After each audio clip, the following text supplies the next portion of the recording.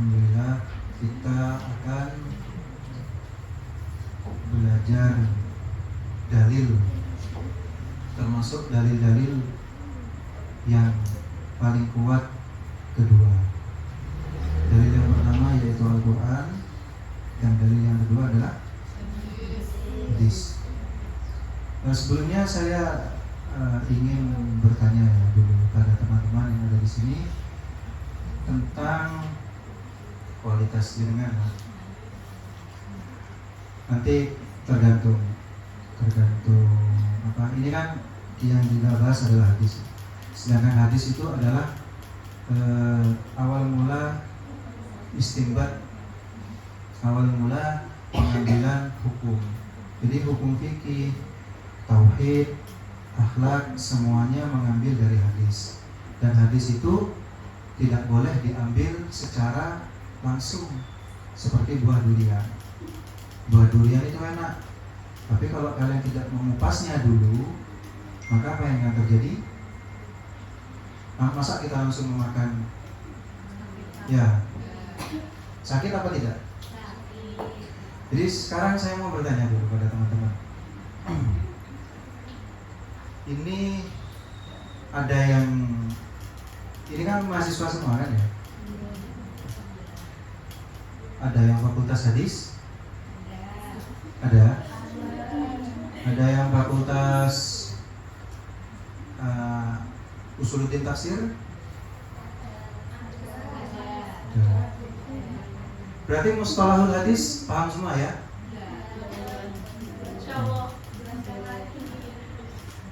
Insya Allah paham ya. Usul fikih paham? Paham usul fikih? Insya Allah ya. Jadi gini, insya Allah kita berusaha istiqomah. Ini semuanya terserah jenengan, tapi kalau saya ingin mengutarakan, kalau ingin memberikan masukan, one day one hadis seperti itu. Kalau bisa satu hari kalian hafal satu hadis. Karena kenapa? Karena ulama dahulu itu minimal hafal hadis 500.000 tua. Dan kita adalah syubbanul yaum, di jalur, kita adalah penerus generasi, dan kita adalah generasi yang selanjutnya, maka yang minimal lah hafal Bulughul Maram. Bisa insyaallah ya. Saya tidak mau sombong, tapi saya hafal. Dan saya hafal itu 1400 hadis Bulughul Maram itu saya hafal sekitar 4 bulan. Sekitar 4 bulan saya hafal. Dan kalian kalau dihitung-hitung ya, kalau satu hari satu hadis berarti akan menghabiskan berapa hari? 1400 hari. Berapa tahun berarti?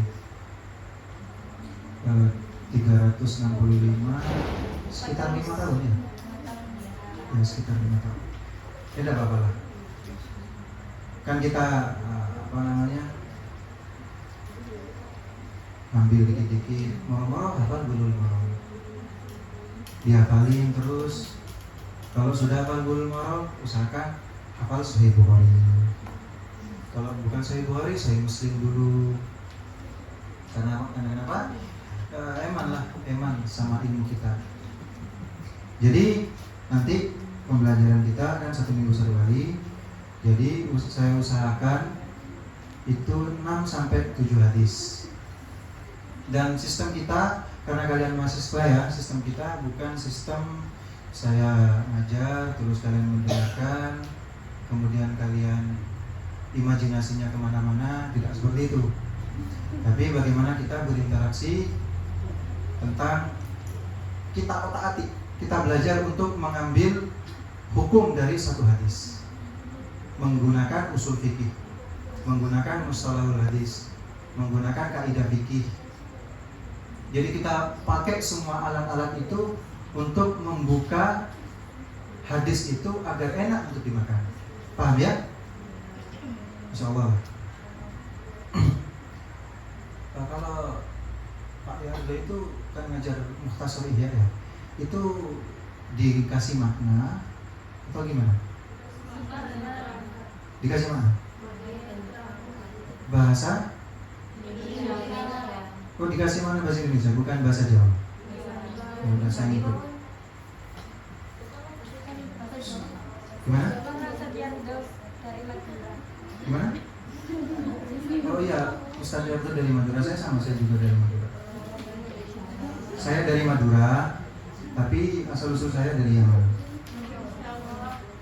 Iya dong. Bahkan semoga menjadi mujadid.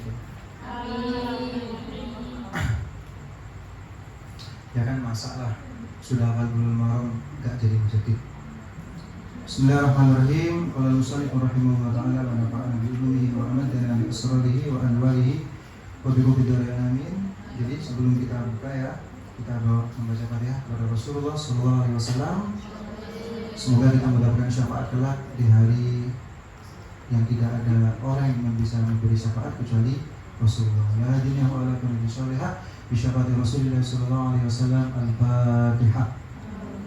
A'udzu billahi minasyaitonir rajim. Bismillahirrahmanirrahim. Alhamdulillahirabbil alamin arrahmanir rahim maliki yaumiddin. Iyyaka na'budu wa iyyaka nasta'in ihdinas siratal mustaqim siratal ladzina an'amta 'alaihim ghairil maghdubi 'alaihim waladdallin. Fatihah yang kedua kita Fatihah kepada pengarang kitab Bulughul Maram Imam An-Nawawi, kemudian syarahnya Imam Ibnu Hajar Al-Asqalani yakni Ibnatul Ahkam, kemudian syarahnya ada lagi Subulus Salam. Semoga ilmu kita sangat menyambung kepada mereka semua dan kita mendapatkan barokahnya. Al-Fatihah. Alhamdulillahirobbilalamin. Bismillahirrahmanirrahim. Alhamdulillahirabbil alamin arrahmanir rahim maliki yaumiddin. Iyyaka na'budu wa iyyaka nasta'in ihdinas siratal mustaqim siratal ladzina an'amta 'alaihim ghairil maghdubi 'alaihim waladdallin. Bismillahirrahmanirrahim. Sudah bisa baca kitab semua kan? Ada yang S2 di sini? Ada? Ada apa enggak ada? Ada ya? Gimana?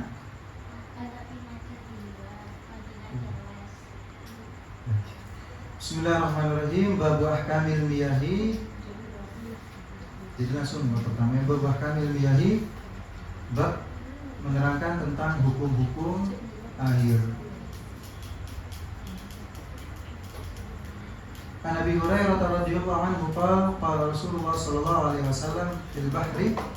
Dari sahabat Abi Hurairah radhiyallahu anhu qala Abi Hurairah bersabda, qala Rasulullah sallallahu alaihi wasallam, bersabda Rasulullah sallallahu alaihi wasallam fil bahri, tentang laut. Dua adapun al-bahru at-tahuru, yaitu yang suci dan mensucikan. At-tahuru yaitu suci dan mensucikan. Ma'uhu, apa airnya? Al-bahru. Al-hillu maitatuhu, yang halal. Maitatuhu, apa? Bangkainya. Al-bahr. Akhrajahul arba'ah, akhrajah mentakhrij terhadap hadis itu. Al-arba'ah itu siapa imam yang empat. Yang mustalahul hadis, apa yang dimaksud takhrij di sini? Ada yang tahu? Takhrij. Yang bukan hadis, yang kuliah jurusan hadis. Apa yang dimaksud takhrij?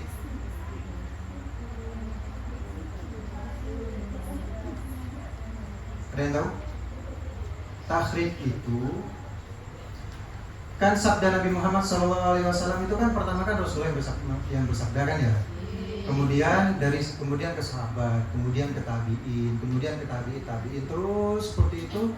Jadi limbungan dari perawi hadis itu kan namanya rawi kan. Limbungan dari perawi hadis itu dikumpulkan, ada orang yang mengumpulkan, kemudian orang yang menulis pertama kali itu namanya akhraj. Itu namanya takhrij. Bukan, paham ya? Itu namanya takhrij. Jadi kan sebelum ada pembukuan hadis, ada kodifikasi hadis. Itu kan hadis kan ulama dahulu itu mencari hadis Rasulullah kepada Sayyidina Anas. kemudian kepada Sayyidina Abi Hurairah selaku sahabat Nabi. Itu kan semua para tabi'in mencari. Ada yang mencari dari Basra ke Kufah yang sekitar 500 km untuk mencari satu hadis. Kemudian hadis tersebut dihafalkan oleh para rawi, kemudian dikumpulkan. Kemudian ada imam yang menulis di dalam kitabnya, dan itu namanya takhrij. Paham ya? Kemudian akhrajal arba'ah, mentakhrij hu pada ya imam, hu pada ya hadis, al arba'atu imam yang 4. Ada yang tahu imam yang 4 itu siapa aja? Terus siapa? Arba'ah Abu Daud, terus Imam At-Tirmidzi, terus An-Nasa'i dan Ibnu Majah. Kalau jenengan punya kitab Ibanatul Ahkam ya, ini ada Sab'ah, As-Sittah, Al-Khamsah, Al-Arba'ah, Salasa, muttafaq alaih. Paham ya? Nanti kita singgung kalau ada yang membahas tentang bedanya akhrajahu syaikhan dengan muttafaq alaih. Nanti di belakang hadis dapat 100 hadis itu nanti ada yang istilahnya muttafaq alaih, ada yang namanya akhrajahu syaikhan, ada bedanya nanti. Jadi kita akan bahas ketika kita sudah ketemu aja ya. Biar enggak kemana-mana. Jadi saya teruskan akhrajul arba'ah. Jadi hadis ini bisa ditemukan dalam Sunan Abi Daud, kemudian Sunan At-Tirmidzi, kemudian Sunan Ibnu Majah, kemudian yang keempat An-Nasa'i. Wa Ibnu Abi Syaibah, dan Ibnu Abi Syaibah, wal lafdu, dan adapun lafadznya lahu dimiliki Ibnu Abi Syaibah. Wa Ibnu Khuzaimah wa Tirmidzi wa rawahu Malik wa Syafi'i wa Ahmad. Dan diriwayatkan pada hadis tersebut Malik, siapa Imam Malik, wa Syafi'i, dan Imam Syafi'i, wa Ahmad, dan Imam Ahmad. Jadi hadis ini kalau kita melihat dari rawi hadis, maka ini sudah masyhur. Coba saya nanya, derajat hadis itu ada berapa? Apa saja? Sahih, hasan, dhaif. Masyhur ada. Masyhur itu termasuk hadis hasan. Bisa termasuk hadis sahih. Beda cara pandang nanti. Jadi kalau kita melihat dari sanad hadis ini, yaitu hadis ini sudah masyhur. Jadi hadis ini kita bisa temukan dalam Sunan Nasa'i, Ibnu Majah, dan lain sebagainya. Ibnu Abi Syaibah juga ada, Ibnu Huzaimah ada, Tirmidzi ada. Kemudian Imam Malik juga meriwayatkan, Imam Syafi'i dan Imam Ahmad juga meriwayatkan. Sekarang ayo kita sama-sama telaah hadis ini. Wa tahuru ma'hu al-hillu maitatun. Kira-kira ada hukum apa di hadis ini? Sebelumnya saya terangkan. Cara istinbatul ahkam, cara mengambil hukum itu memiliki 4 tahapan. Jadi kalian kalau ingin menjadi mujtahid, menjadi orang yang bisa mencetuskan hukum, hukumnya ini halal, hukumnya ini haram, hukumnya ini makruh, hukumnya ini mubah, harus melewati 4 cara. Pertama, bi'tibari watihi lil makna, harus melihat peletakan makna itu. Apakah itu termasuk dhahir, nas, atau apa? Saya bukakan kitabnya ya.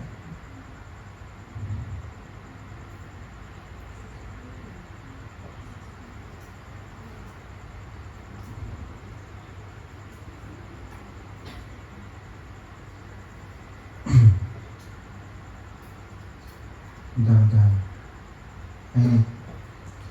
Pertama, sebelum kita mengambil hukum, bisa mengambil istinbatul ahkam, itu kita harus melihat dari waqfuhu lil makna dulu. Makna lugawinya dulu. Apakah ini khas? Apakah ini am? Apakah ini mushtarak? Apa yang dinamakan khas, ada yang tahu? Iya, khusus itu apa? Khusus itu, khas itu kebalikannya apa yang dinamakan am? Ya. Am itu kalau kita lihat di ilmu usul, am itu ma'am syai'aini fasaidan. Dalam kitab An-Nafahat, am itu adalah ma'am syai'aini fasaidan, sesuatu yang umum. Jadi semua hal itu masuk pada kata itu. Lafaz-lafaz am ada berapa? Pertama, al. Jadi kalau kalian menemukan isim ma'rifah dengan al, itu am, maknanya umum. Contoh, ayo di sini mana yang am? Atau huru. Atau huru ini am. Ada tohir, ada tohur. Kalau tohir suci saja, kalau tohur suci dan mensucikan. Itu di kitab siapa? Di kitab Fathul Qorib.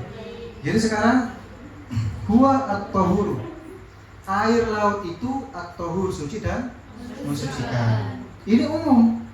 At-tohur itu umum, suci mensucikan. Berarti air laut yang keruh, air laut yang jernih, air laut yang apa lagi?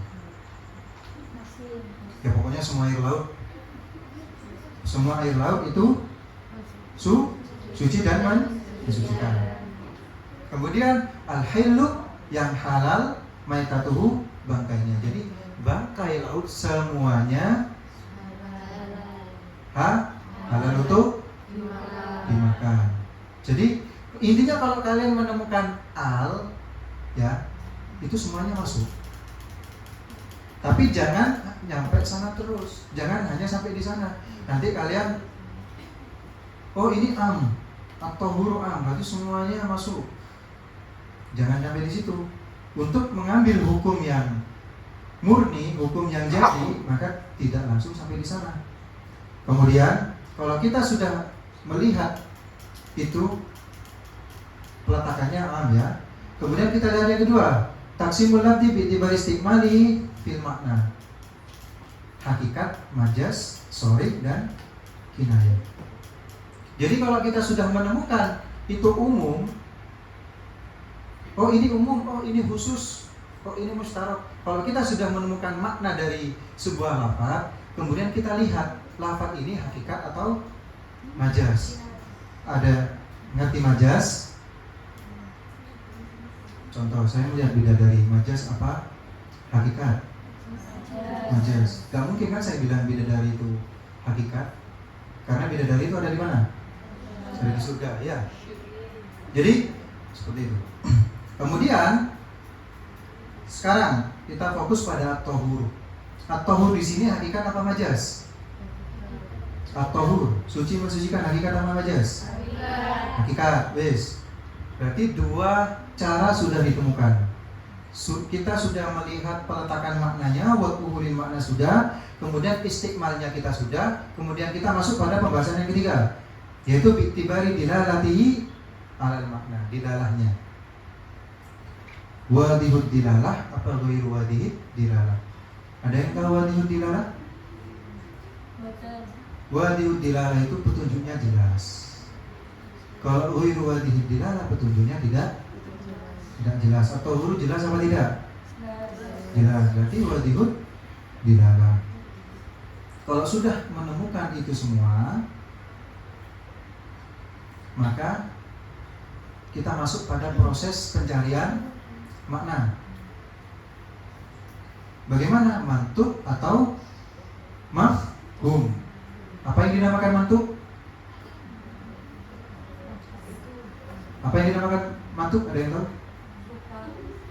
Mantuk itu adalah hal yang ada di lafaz, makna yang ada di lafaz. Kalau mafhum, makna yang tersirat dari lafaz. Paham? Paham ya? Jadi seperti itu. Kalau sudah melewati 4 itu, maka kita akan menemukan hukum. Hukum itu ada 5. Pertama wajib, sunnah, mubah, makruh, haram. Nah, jadi seperti itu. Nah sekarang kalau kita sudah menemukan, kita sudah menilik semua itu, maka at-tohuru itu adalah am, ya. Kemudian ini hakikat. Kemudian yang ketiga apa tadi? Wadihid dilalah. Yang keempat, mantuknya seperti itu, dan mafhumnya nanti saya jelaskan di lain pertemuan nanti biar agak lebar. Jadi hukum yang terkandung di sini adalah apa? Hukum Kalau saya berbicara hukum berarti antara yang 5. Wajib, wajib, haram. Berarti hukum di sini apa? Wajib apa? Halal ya, halal memakan bangkai. Yang kedua, halal menggunakan air laut. Jadi seperti itu. Ini ada rangkuman kitab usul fikih bagus ini tentang itu semua. Terus, jadi hadis yang pertama memunculkan hukum apa? Halal memakan, bukan, halal menggunakan air laut. Kemudian ya, jadi kalau suatu saat nanti, ini bukannya ini, kalau suatu saat nanti kalian menemukan ada orang yang mengharamkan menggunakan air laut, pemerintah sekalipun, maka itu berbeda dengan hadis. Ikut hadis atau ikut pemerintah? Iya, selagi bisa. Kalau nggak bisa ikut pemerintah.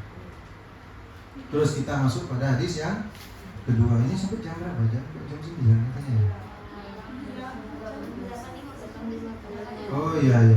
Berarti tinggal berapa menit? Tinggal 20 menit. Setelah ini apa? Apa? Kerja? Nugas? Sergap nugas?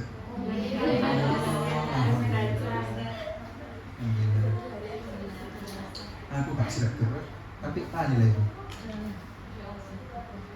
Yang kedua, Nabi Sa'id Al-Khudri radhiyallahu anhu qala Rasulullah sallallahu alaihi wasallam. Dari sahabat Abi Sa'id Al-Khudri radhiyallahu anhu qala Rasulullah sallallahu alaihi wasallam, innal ma'a tahurun, sungguhnya suatu air itu, jadi ada al-ma'. Am apa khos? Al-ma'u, am apa khos? Berarti semua air ya? Saya aku pengen rona lari area kabeh. Air itu apa sih? Air itu apa saja? Pertama, air sama air sumur. Terus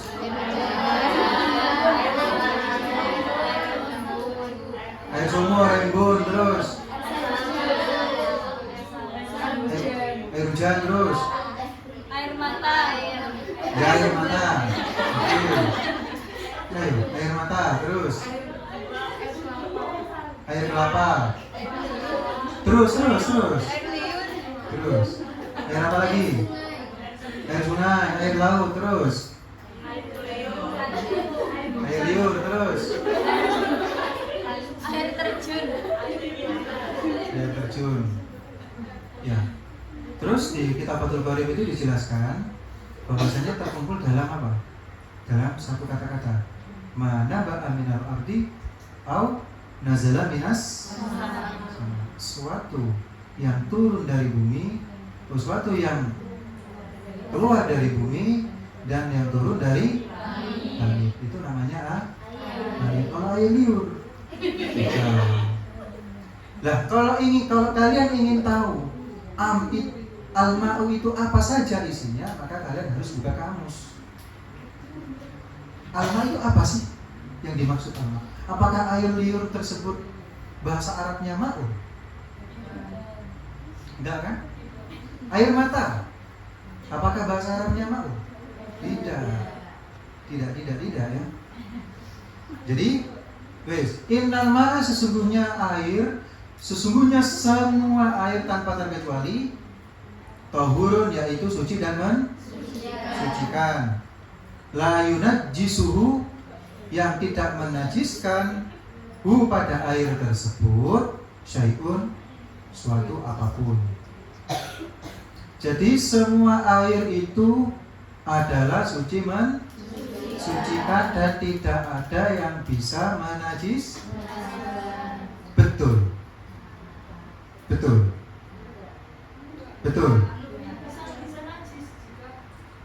Ini hadis loh. Berarti kalau ada orang yang ada orang yang mengatakan air ini najis, berarti gak ikut hadis. Bid'ah berarti. Wahabi ya. Ayo. Ada yang tahu? Ada hadis setelahnya, Ustaz. Ada hadis? Setelahnya. Apakah bisa menggabungkan dua hadis? Bisa. Bisa ya. Maka jawabannya, kalau kita sudah menggunakan 4 tutorial tadi, itu tidak cukup. Karena kenapa? Karena harus ada hadis lain atau ada Al-Quran yang lain. Nanti kalau kalian itu berusaha untuk mengambil sebuah hukum, kalian akan dibenturkan dengan ada 2 hadis yang tidak bisa bareng. Seperti ceritaku dan dia misalkan. Ada hadis yang tidak bisa bareng. Ada Al-Quran yang bertentangan dengan hadis. Itu. Jadi kalau kalian ingin mengambil sebuah hukum, maka ulama memberikan syarat. Pertama, kalian harus hafal Quran. Ada yang hafal Quran? Ada ya? Gak usah sebut nama lah. Tapi ada ya? Kemudian yang kedua, minimal al-hafidh. Al-hafidh itu di kitab Mustalahul Hadis dikatakan minimal hafal 100.000 hadis. Itu istinbat. Kemudian kita harus tahu ijma, kita harus tahu ilmu nahwu dan soroh, kita harus tahu ilmu fikih, kita harus tahu kaidah fikih. Kemudian kita harus tahu apa lagi? Asbabun nuzulnya. Kita harus tahu nasikh mansukh. Banyak ya syaratnya. Ada berapa syaratnya? Ada 17. Ada 17 syarat untuk kita menjadi seorang yang bisa mengistimbatkan suatu hukum. Jadi terus apakah kita tidak bisa? Ya bisa. Makanya mulai dari sekarang ambil hadis satu-satu. Untuk hukum fikih kalian bisa ikut ulama yang baik. Siapa saja? Imam Syafi'i, Imam Malik, Imam Hanafi dan Imam Ahmad ibnu Hanbal. Jadi seperti itu. Paham ya? Jadi innal ma'a tahurun, sesungguhnya air, semua air itu tahurun, suci mensucikan dan tidak bisa menajiskan, dan tidak ada sesuatu yang bisa menajiskan. Ini umum, namun ada yang hadis lain yang menjadi mukhassis istilahnya. Jadi kalau ada ini saya kasih ya. Mungkin kalau sekarang nggak bisa sampai 6 hadis, tapi ini untuk pengenalan nggak perlu dulu. Jadi kalau kalian menemukan lafaz ya, lafaz sementara saya kasih satu teori dulu, yaitu al-mu'arraf bi alifi wal lam, yaitu isim ma'rifah dengan nanti pertemuan lagi saya tambah lagi satu lagi biar kita ingatnya terus. Ya, mahlan.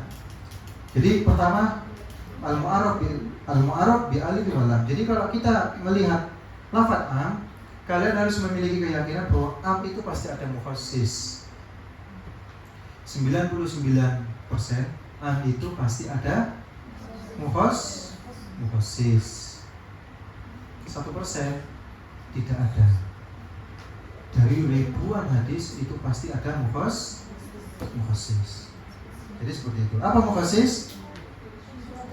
Suatu yang mengkhususkan. Terus akhrajahu salasa wa sahhahahu Ahmad. Ini ada istilah sahhaha. Apa sahhaha?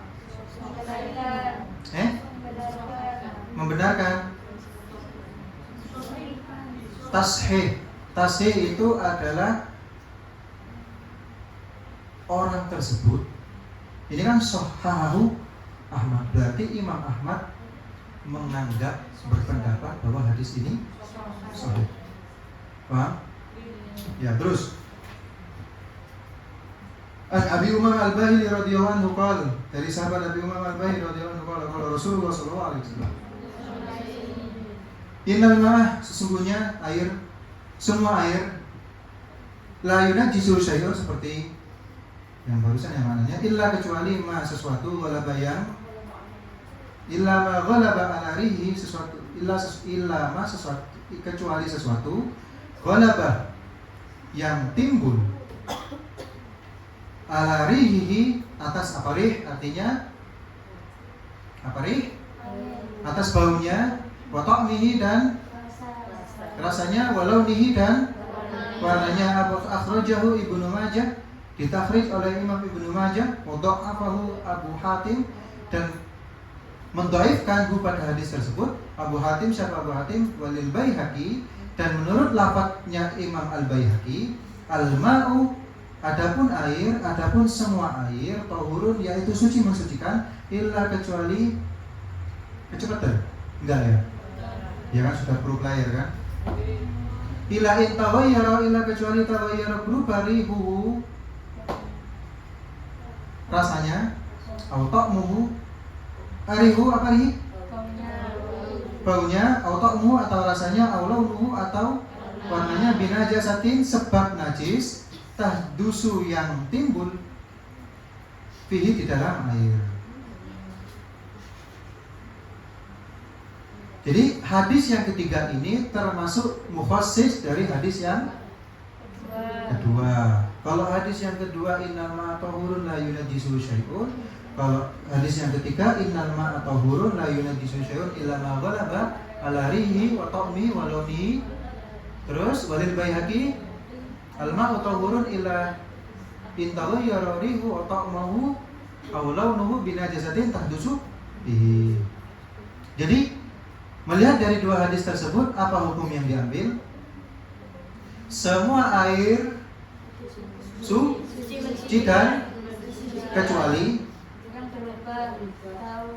baunya berubah,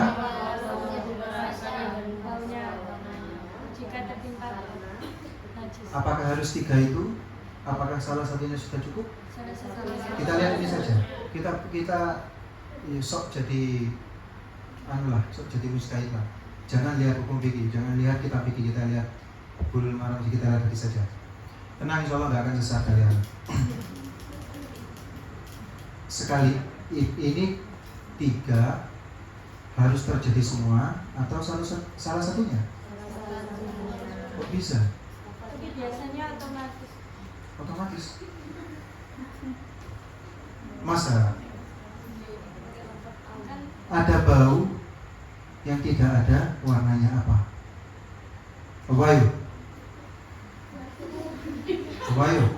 Ada bau yang tidak ada rasanya. Apa?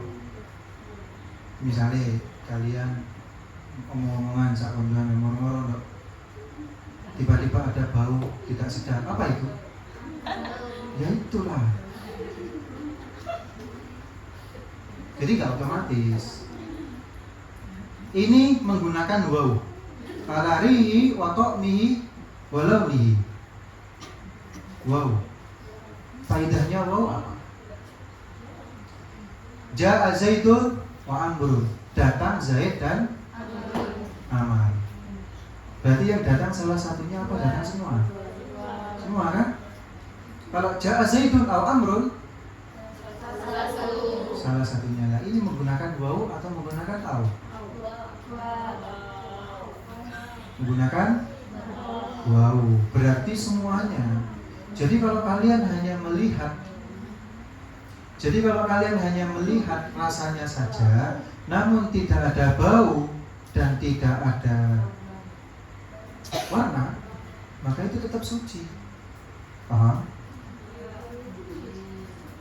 Wes, kalian termasuk orang yang Syafi'iyah banget atau mengikuti semua mazhab? Syafi'iyah banget atau Malikiyah banget atau semua mazhab? Tergantung yang muda ya. Lah, makanya kalau kita melihat hadis ini, ulama berbeda pendapat. Kalau Syafi'iyah mengatakan harus berubah semua, kecuali apa? Ada ainun najasah. Apa ainun najasah? Ada najisnya, kelihatan najisnya, bentuk najisnya.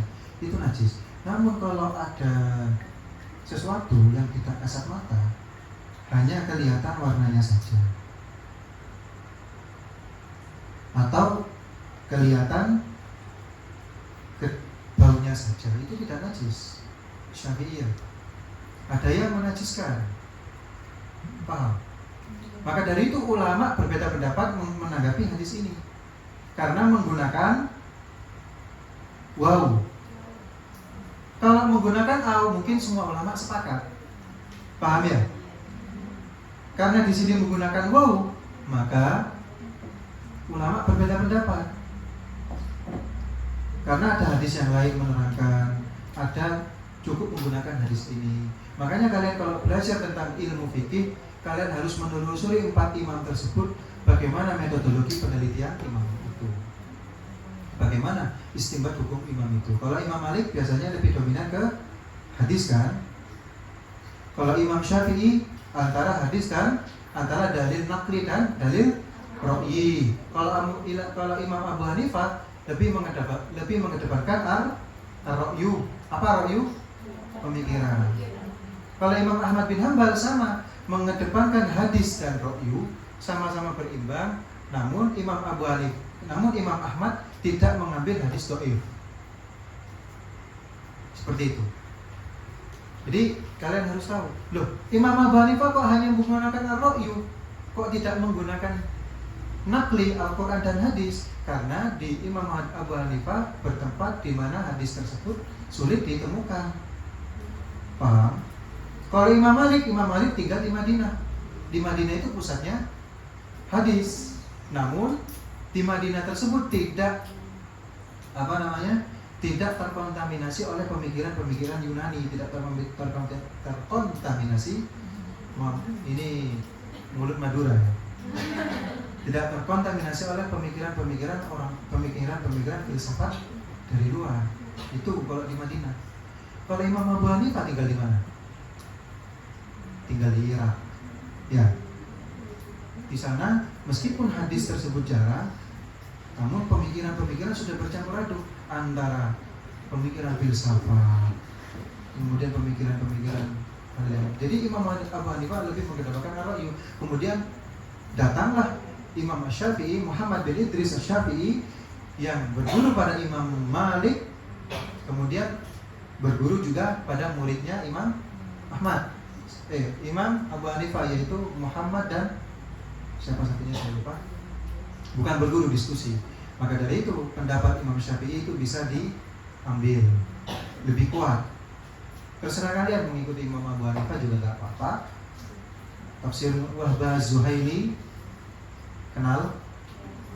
Pengarang kitab Tafsir Munir, beliau itu mazhabnya Hanafiyah. Sayyid Muhammad Al-Malik Al-Hasani mazhabnya Malikiyah. Indonesia ini mazhabnya Jahiliyah.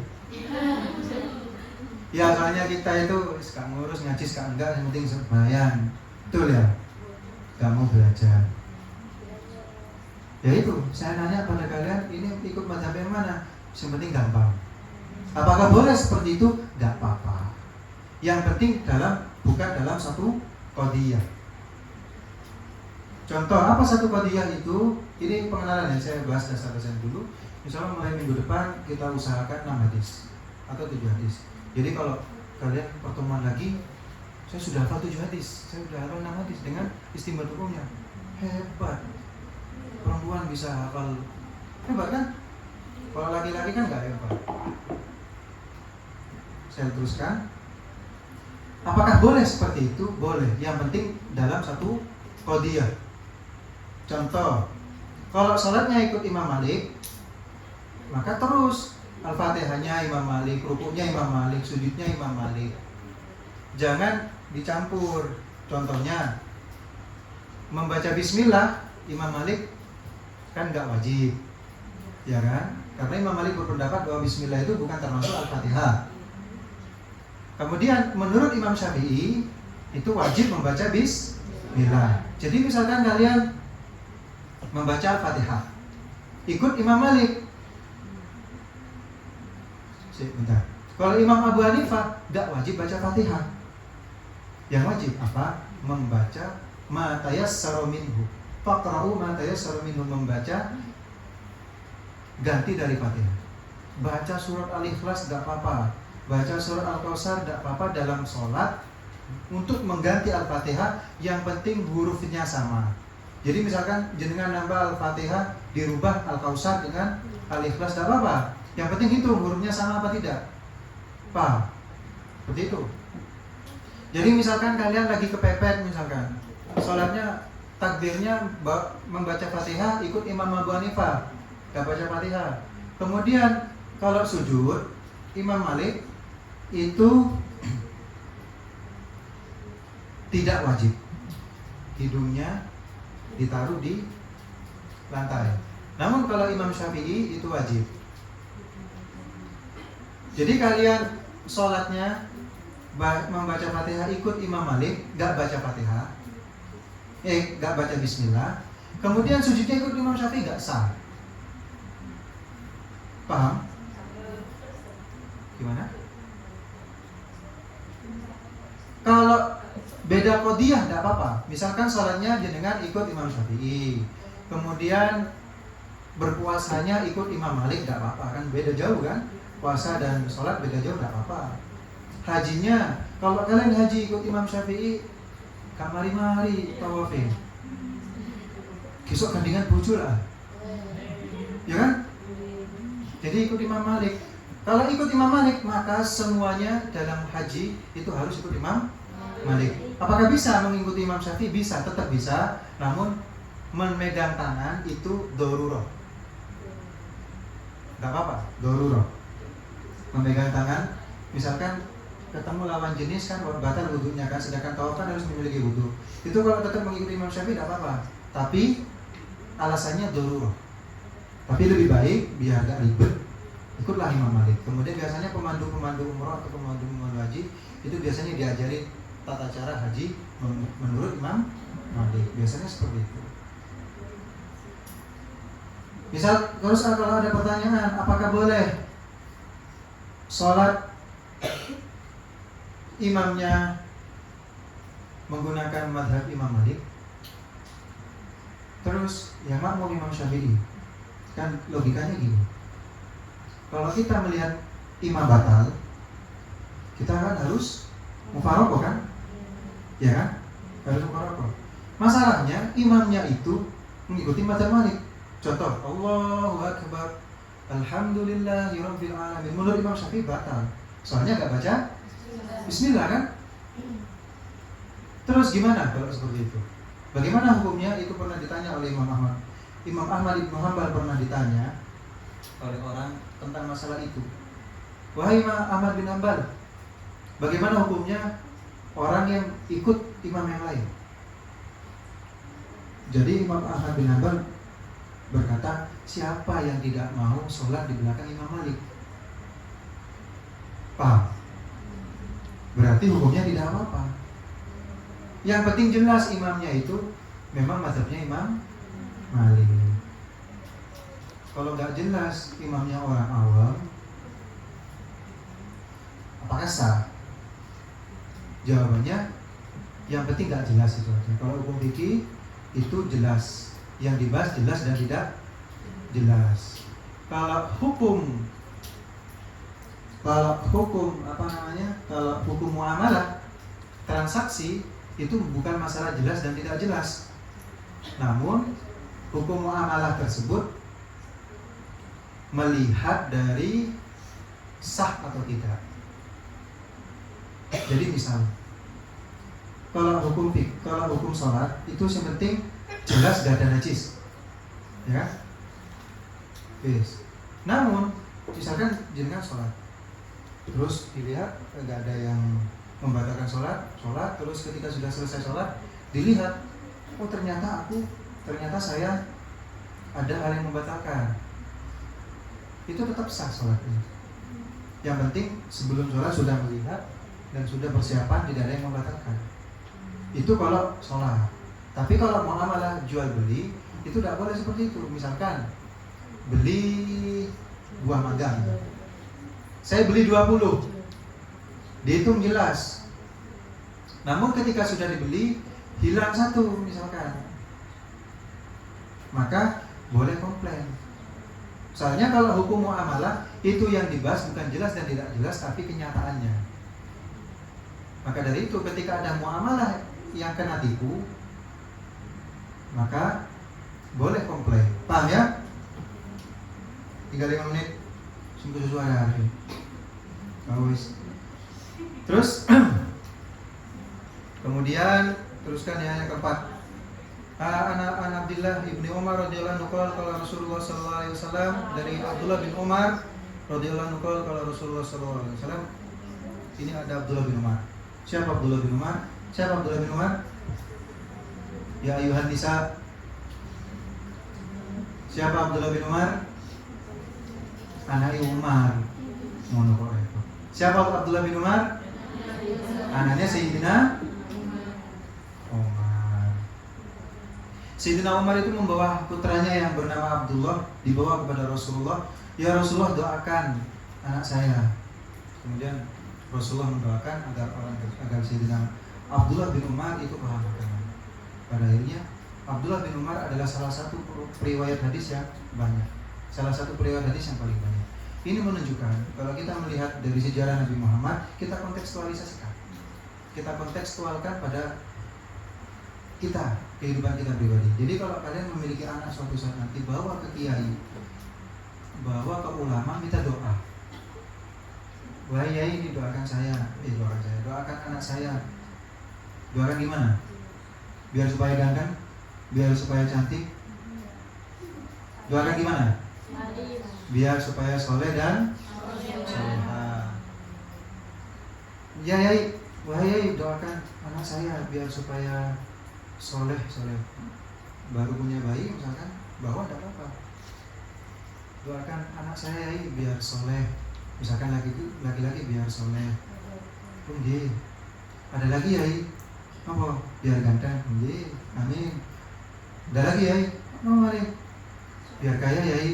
Kaplok ada yaimu.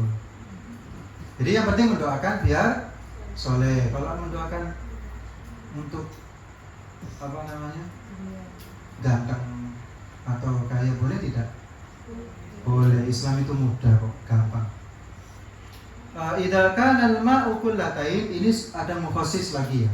Idza kana al-ma'u, jika ada al-ma'u apa air, kullataini itu mencapai 2 kulla, lam yahmil maka tidak menanggung apa air tersebut al-khabasa, apa khabas? Najis. Wa fi lafdin lam yanjus, dan di dalam situ lafaz lam yanjus menggunakan lafaz lam yanjus. Akhrajahul arba'ah wa sahhahu Ibnu Uzaimah wal Hakim wa Ibnu Hibban, dan disahihkan oleh Imam Ibnu Uzaimah dan Imam Al-Hakim dan Imam Ibnu Hibban. Bisa sudah sampai? Sudah sampai? Lanjut apa berhenti? Berhenti. Yang terakhir dari saya, kulatain itu kalau sekarang 60 cm, 60 cm. Jadi kotak persegi 4 itu tinggi 60 cm, kiri kanan, atas bawah 60 cm semua, itu 2 kula. Paham ya? Jadi misalkan ini ada 4 hadis, Bapak perkenalan, insyaallah minggu depan kita berusaha untuk 6 hadis, dan misalkan kita berangkat dari diri kita masing-masing. One day one hadis kalau bisa. Kalau bisa 1, kalau bisa dilebihkan. Semoga menjadi tujuan agama Allah, dan semoga menjadi kalian semua, semoga menjadi istri yang soleh kelak nanti, memiliki anak yang banyak, anak yang soleh dan solehah, dan anak yang bisa membanggakan orang tua, dan saya juga semoga mendapatkan ridhonya Allah. Alhamdulillah wa lakum bisolihah. Al-Fatihah.